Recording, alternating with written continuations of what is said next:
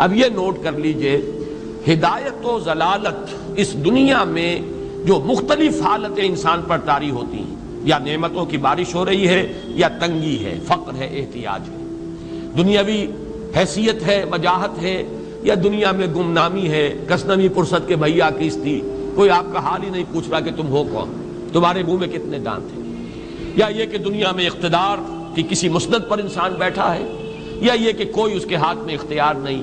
یہ تمام جو حالات انسان پر طاری ہوتے ہیں، ان کے جواب میں جو طرز عمل فکری اعتبار سے اور عملاً انسان اختیار کرتا ہے، اس کے 4 درجے ہیں۔ پہلا درجہ ہے انتہائی گمراہی، ضل ضلالا بعیدا۔ وہ کیا ہے؟ اگر عزت ہوئی، نعمتیں ملی، فلاں دیوی یا دیوتا کی نگاہ کرم ہے، اس کی کرپا سے یہ ہو گیا، اور اگر کوئی تکلیف آ گئی، مصیبت آ گئی، معلوم ہوتا ہے کہ فلاں دیوی یا دیوتا ہم سے ناراض ہو گیا، یہ کالی دیوی کی طرف سے کوئی مصیبت آ گئی ہے، یا یہ کہ یہ لکشمی دیوی کی نگاہ کرم ہے کہ ہمیں دولت مل گئی ہے۔ یہ تو ہے شرک۔ شرک ہونے کے اعتبار سے یہ ہے ضل ضلالا بعیدا، انتہائی پستی۔ اس پستی سے اوپر آئیں گے تو توحید کی پہلی منزل ہے۔ عزت دی اللہ نے دی، اگر کوئی تنگی آ گئی، فقر، تکلیف، کوئی ذلت، رسوائی، یہ بھی اللہ کی طرف سے۔ ایک اعتبار سے تو انسان ہدایت پر آ گیا، بڑی گہرائی تھی اس گندگی کی اور اس خباثت کی جو شرک جس کا نام ہے، اس سے انسان نکل آیا، نجاست سے۔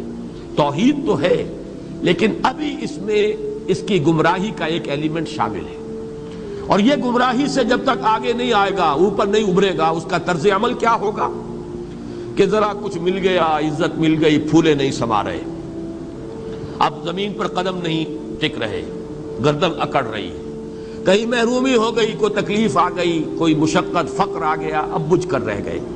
ان دونوں کیفیات میں انسان کا پینڈولم جو ہے وہ ایکسٹریم کو جائے گا۔ یہ کب ہوگا؟ جبکہ انسان یہ سمجھتا ہے کہ اس دنیا میں جو دولت مل گئی یا عزت مل گئی تو یہ گویا کہ بڑی کوئی قابل فخر شے ہے، اور اگر یہاں پر کوئی تکلیف آ گئی، کوئی مصیبت آ گئی، فقر و فاقہ آ گیا تو یہ گویا کہ بہت ہی اہانت آمیز شے ہے۔ اگر یہ انسان سمجھے گا تو طرز عمل وہ نکلے گا نتیجے کے طور پر جو میں بیان کر چکا ہوں، یہ گمراہی ہے۔ اس گمراہی سے نکلیں گے تو آپ کس مقام پر آئے؟ دوسری منزل ہدایت کی کیا ہے؟ نہ یہ عزت ہے نہ یہ ذلت ہے، دونوں حیثیتیں برابر ہیں کہ یہ امتحان ہے۔ اسی لیے ان دونوں آیتوں میں ایک لفظ قدر مشترک ہے، اذا مبتلاہ، فاما الانسان اذا مبتلاہ ربہ فاکرمہ ونعمہ۔